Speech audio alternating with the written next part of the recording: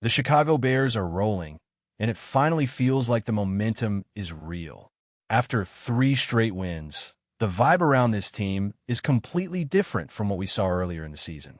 Confidence is growing, chemistry is building, and now they head back to Soldier Field with a real opportunity to extend this streak against a Saints team that, on paper, should be beatable. But that's exactly the kind of trap game that demands full focus.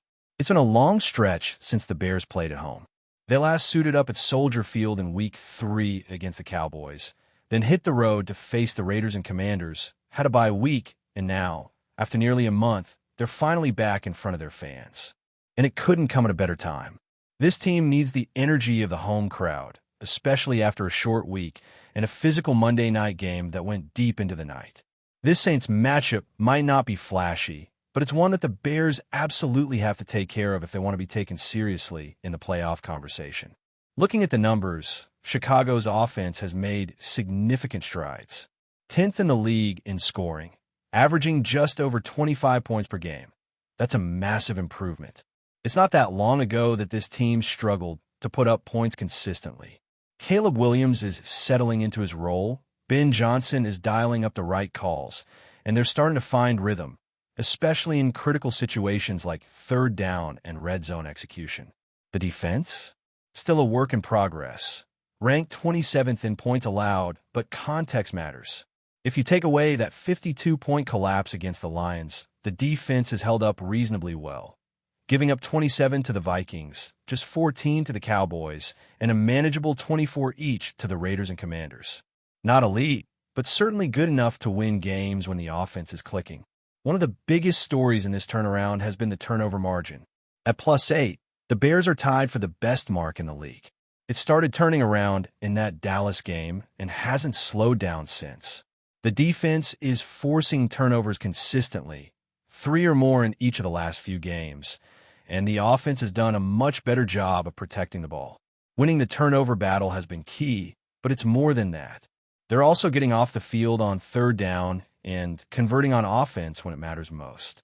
This is what winning football looks like: situational awareness, discipline, and capitalizing on opportunities.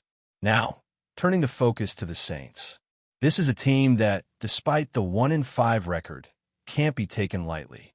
They're 28th in scoring, putting up just 18.5 points per game, and their defense isn't much better, allowing over 26 points per game. But they're scrappy. They fight.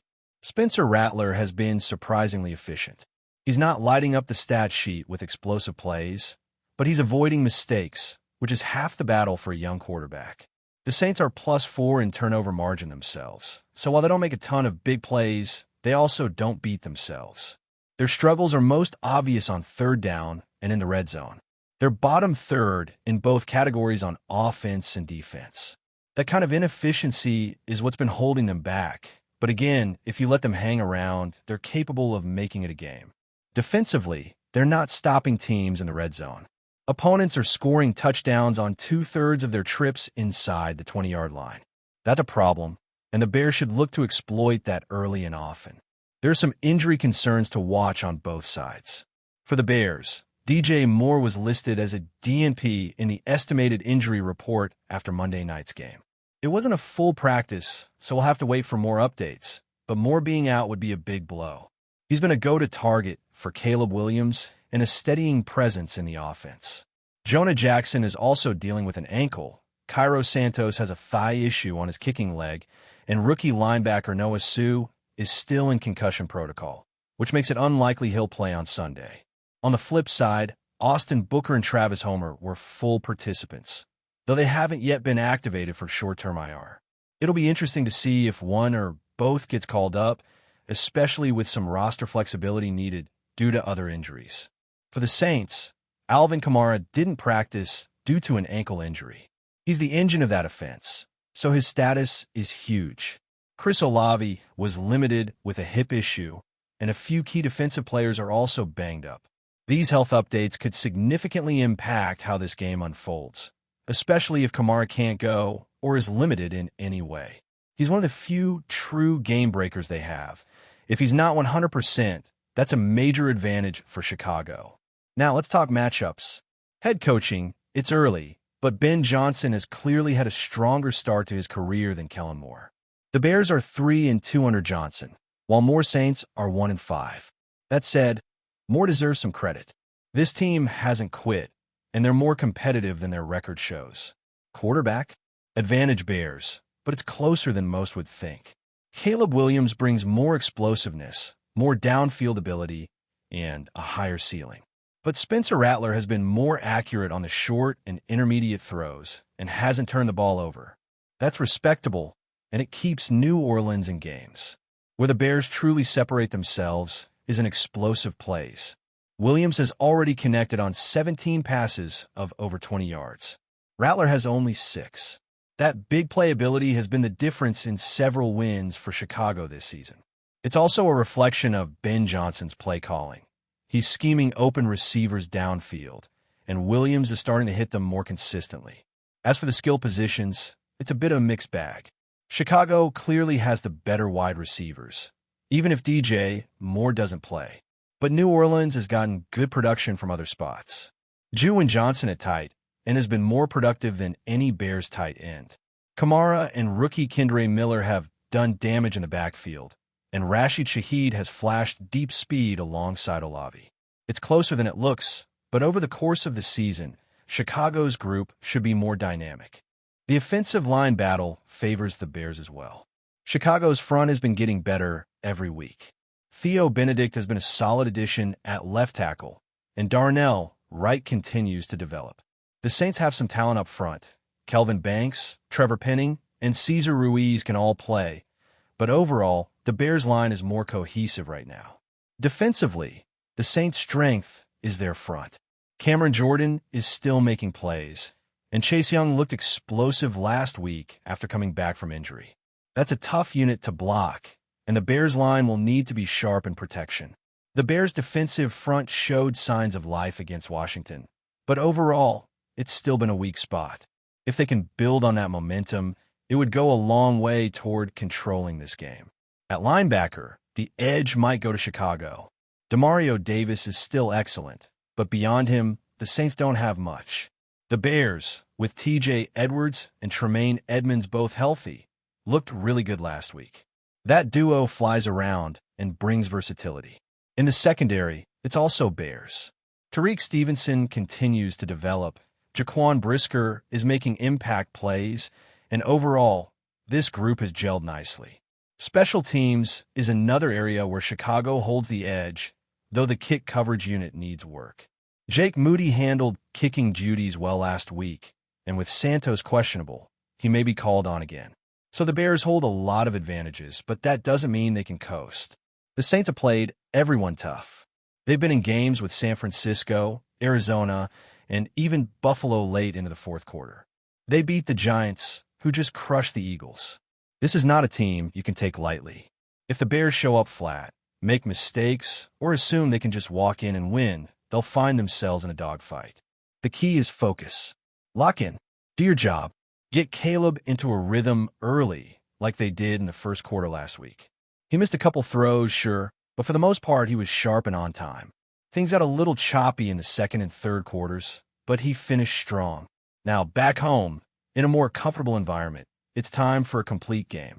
The coaching staff needs to help him with easy completions early, get him settled, and then take shots when the opportunity presents itself. This is the kind of game where a calm, steady approach from Williams can control the tempo and keep the Saints chasing. Let's also see more of Luther Burden.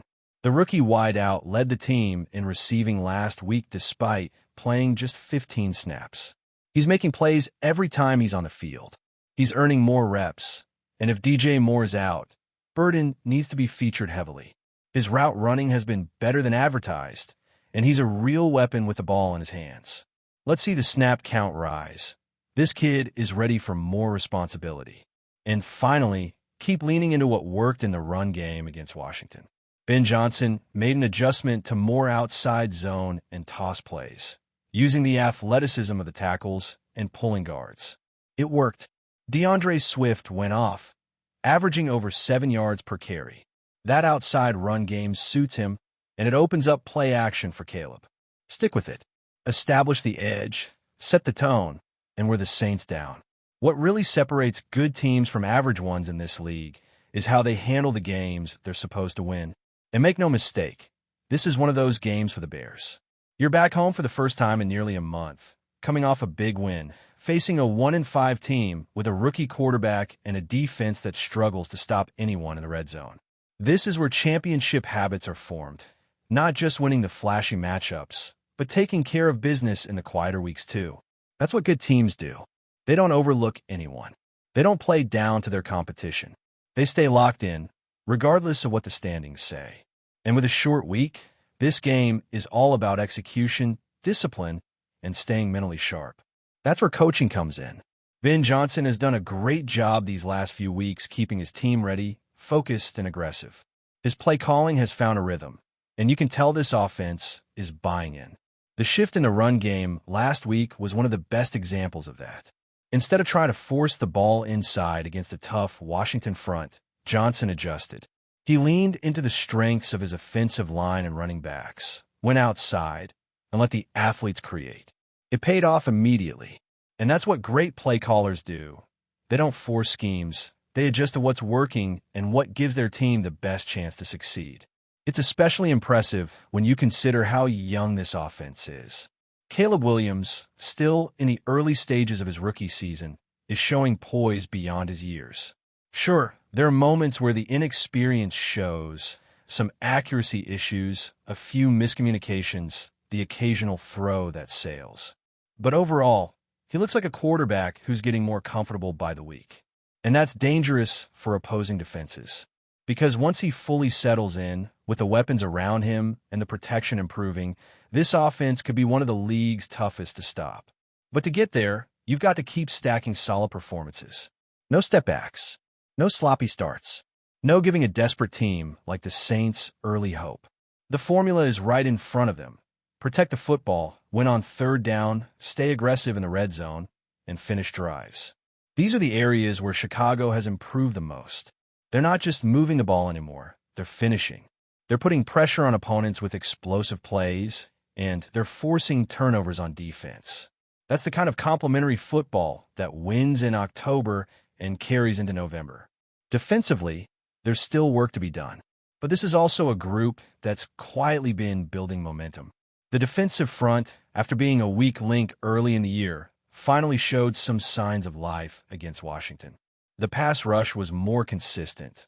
The run defense held up, and most importantly, they created pressure without having to blitz constantly. That's huge, because if the front four can generate heat on their own, it allows the secondary to stay sound and prevent big plays.